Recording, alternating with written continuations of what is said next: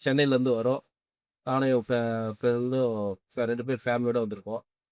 சென்னையிலேருந்து வந்தே பாரத் ட்ரெயின் வந்து திண்டுக்கல்லேருந்து நம்ம ரங்கா டிராவல்ஸ் தான் வண்டி புக் பண்ணியிருந்தோம். வண்டி நல்லா மெயின்டெனன்ஸா இருக்கு.